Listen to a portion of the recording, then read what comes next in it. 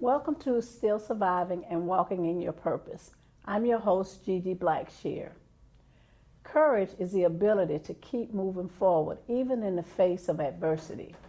Not only is our next guest courageous, but she has a dogged determination to not be defined by the circumstances and situations of life. Please welcome to our show, Nadia Ramoutar. Nadia, welcome. My pleasure. Thanks for having me. So Nadia, tell our audience, who is Nadia Ramoutar? That's a great question. And I try to ask myself that almost daily because I think we're always changing and growing. And redefining ourselves. And redefining ourselves, Yes. yeah. And I also think the dangerous part is we get caught up in our labels. Yeah, And we get caught up in our that. titles, and then we start drinking our own Kool-Aid. So we got to be careful of that. I love that. Yeah, but basically, in a nutshell, I was born in Dublin, Ireland. My father is from Trinidad in the West Indies, and my mother is Irish. And I was born in Dublin. My family immigrated to America when I was a teenager, and I went to the University of Florida, and I've worked in media a lot of years and worked in different aspects. And then I became a college professor when I had my first son. And so I've been writing, making documentaries, working in the media, being a parent. Wow. Been busy. Yeah. So I do a lot of things. Okay. I call that juggling and tap dancing at the same time. Absolutely. Sounds like you've got it down to a science. Oh, I often think of it like twirling plates, like Yes. you're keeping them all going at one time and trying to keep them in the Oh, air. I love it. I love it. So Nadia, share with us your survival story. Okay, when I was in college at the University of Florida, I was a journalism major. So my goal in life was to be a news anchor. That's what I really wanted to do. And I was covering a city commission meeting, and I had gone to the city meeting. I had recorded things, interviewed people, and I had gone back to the station to record my news story for the next morning. What I didn't know is that someone had been following me and had been stalking me. Oh, my. Yeah. So I came out of the building, and I went to my car, and as I got in my car, completely by surprise, this man pulls back the door, and I'd never seen him before. I didn't know who he was. I didn't know what was going on. I'm like 19 years old.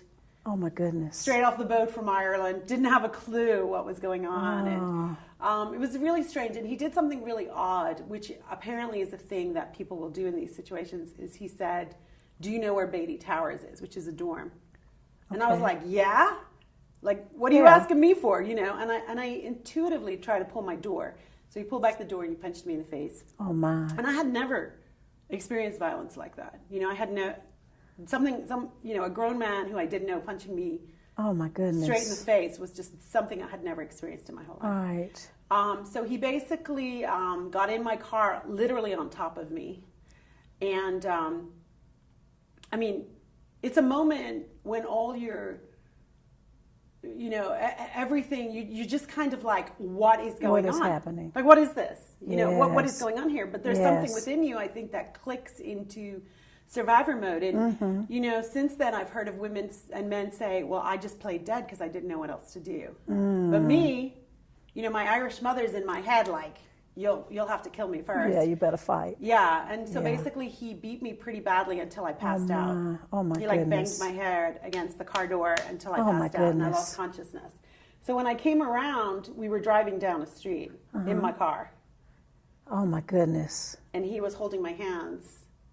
But I had a 5-speed, and I'm telling you, it's the craziest experience because your senses become so alert. And somewhere in my brain, I said, he's going to have to change the gear at some point. Yeah. So when he goes to change the gear, you jump out of the car. Oh my. So he went to change the gear. I jumped out of a moving car. Wow. And I started to run. And I had blood on my face. My shirt was ripped open. You know, it was crazy. And I was running down the road, and I probably would have qualified for the Olympics because I was incredibly fast. Yeah. But next thing I realized is he's running behind me. Oh my goodness. And so I'm trying to wave down cars. It's 11 o'clock on a college campus, you know, on a Tuesday night. And no one's stopping because they're like, whoa, look at that crazy girl covered in blood, wow. you know? So I waved down cars. No one would stop. And so I finally decided I would rather get hit by a car than this guy catch me. Yes. So I literally stood in front of a truck and put my hands out. Oh my. And a man stopped, and he was a volunteer firefighter.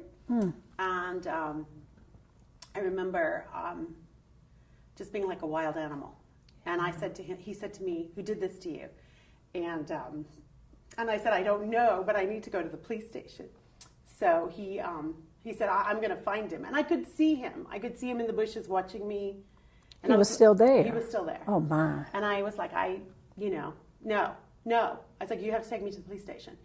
And he was like, "Okay." And I said, "Why are you out?" And he said, "I'm delivering pizzas." And I said, "Well, show me your pizza bag." Like, it's amazing. Your brain is just so amazing. Yeah. I was like, "If you're really delivering pizzas, show me your pizza bag." So he shows me these pizzas. And those poor people never got their pizzas, by the way. So he shows me the pizzas, and I'm like, "Okay, I'm going to get in this truck. And if you take your hand off that steering wheel, I'm going to jump out of this car." I've already jumped out of the car. Oh my. And he was like, "Honey, it's okay. I'm a firefighter." And he was like 6'5". He's like, "Honey," and he was very good with me. He was very calm. So he drove me to the police station. And the minute I hit the police station, I just became completely hysterical. Yeah. But the police officers went and found him trying to get in another woman's car. Oh my. Yeah, like that's what he did. He basically left where I was and he went to the next one. And so then I ended up having to go through a trial. Because he was a third-time felon, he was... and this was at 19? Yeah, I was 19. Oh, my. Threw me in a tailspin. But what was strange for me was that I was treated like I was some kind of hero because I had survived. And I went through a trial, and he was convicted. And so it was kind of one of those weird situations where everyone's like, "Wow, you're so brave and you survived." And I was like, "Well, why do I feel so brave? Bad?" No. Yeah. I didn't feel brave. I didn't know what to feel. And honestly, no one knew what to do with me. Like, they didn't really know what to say. And actually, one of the most damaging things was one of my uncles said to me, "Well, you're a pretty girl. Something like that was bound to happen." Oh, my.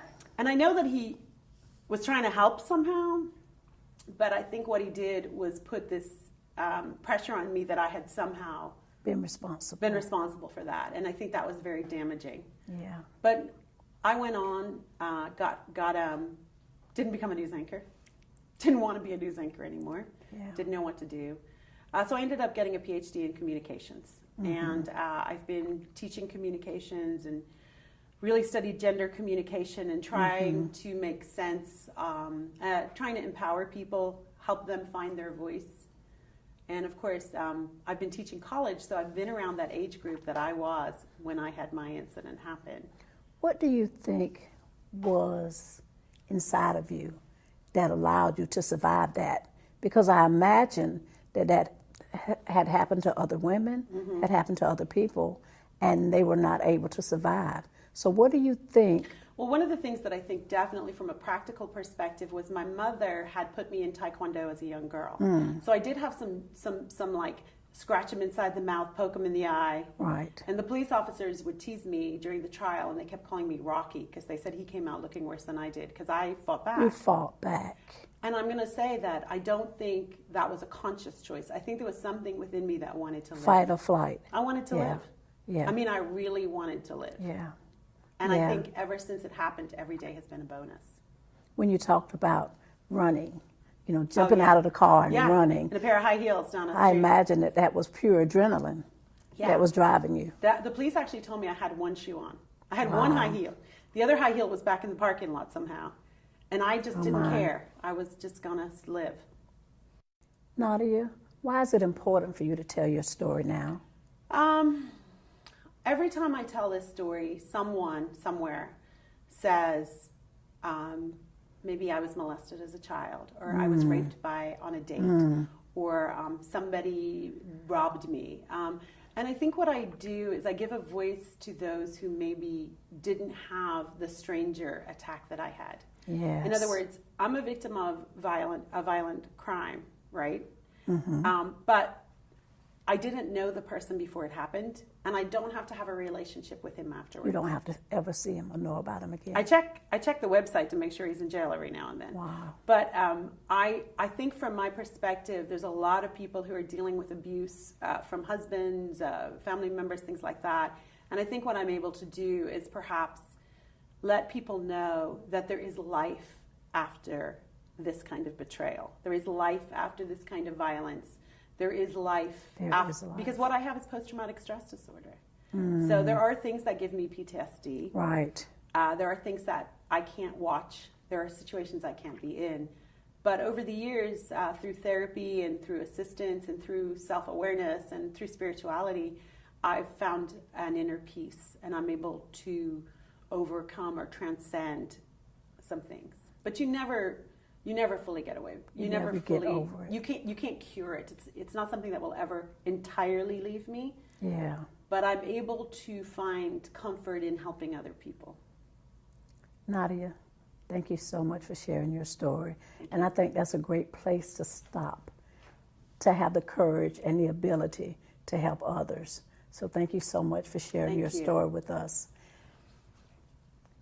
Nadia's story just shows us what great courage can do.